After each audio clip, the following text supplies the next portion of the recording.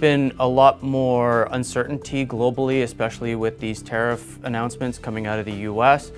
And there was an expectation that we'd get a little bit more abatement in global tensions. We haven't seen that yet, so gold has been a top performing class because of this.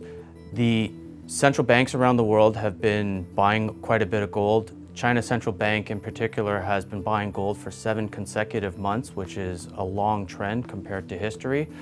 We've also seen a healthy amount of ETF buying, where we've seen in the last few years a lot of selling.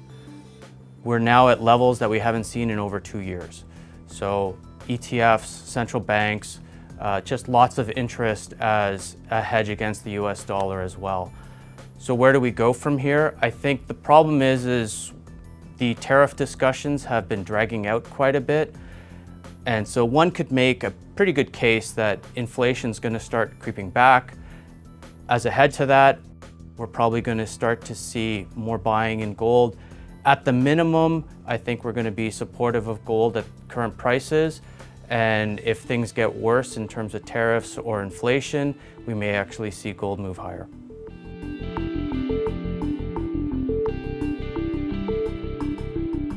Copper has been an interesting commodity in 2025.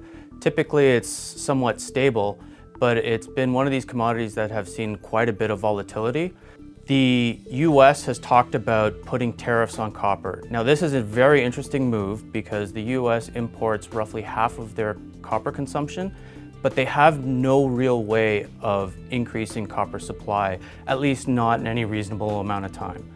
So on the back of this news, copper rose from starting the year about $4.10 a pound, went to $5.28 a pound, which is a massive move for copper in a year. Now the discussions about tariffs have kind of quietened down. Adding to that, we've seen some weak economic news out of China. So copper prices almost did a complete round trip back down to where they started.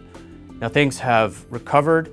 Copper's sitting roughly $4.50 to $4.75 a pound. I feel that's pretty fair value given the supply-demand dynamics. But if we start to see discussions of tariffs come back in, maybe we see copper rebound even further.